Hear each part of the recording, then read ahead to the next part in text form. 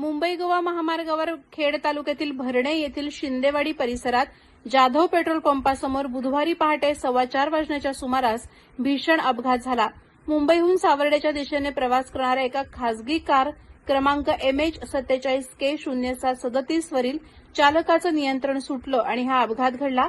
या कारमध्ये 2 प्रवासी प्रवास करत होते, ज्यामध्ये जयश्री नंदकुमार पंडित वय 62 राहणार सावर्डे या गंभीर जखमी झाल्या.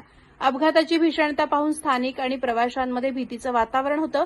मात्र घटनेची माहिती मिळताच भरणे नाका ब्रिज खालील तैनात असलेली जगद्गुरू रामानंदाचार्य श्री नरेंद्राचार्यजी महाराज संस्थानची 24 तास विनामूल्य रुग्णवाहिका अवघ्या काही मिनिटात घटनास्थळी दाखल झाली.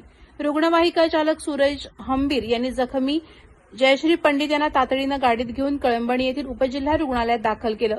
पहाटेची वेळ असूनही संस्थांच्या रुग्णवाहिकेनं दाखवलेल्या तत्परतेमुळे जखमी महिलेला वेळेवर उपचार मिळण्यास मोठी मदत झाली आहे. प्रहार डिजिटलसाठी राकेश कोळी, खेड.